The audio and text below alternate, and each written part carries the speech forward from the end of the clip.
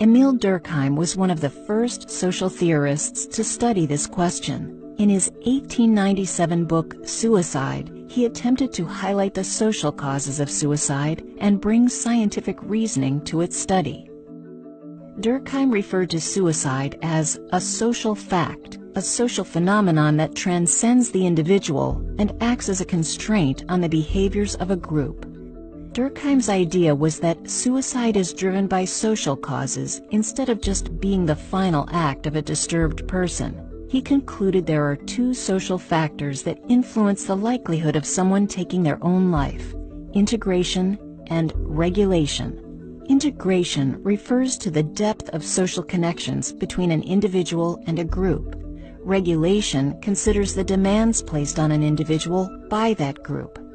Durkheim argued that people aren't well integrated or regulated are more likely to commit suicide.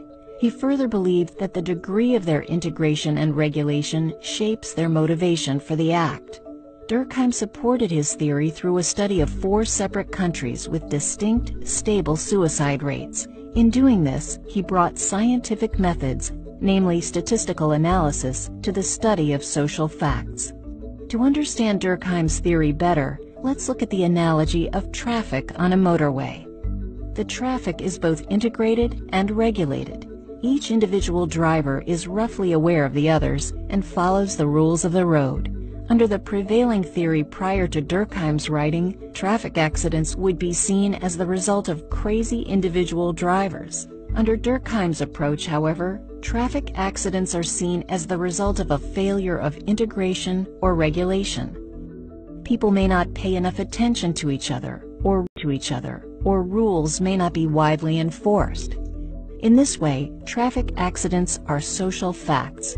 A failure of integration or regulation means that accidents will happen.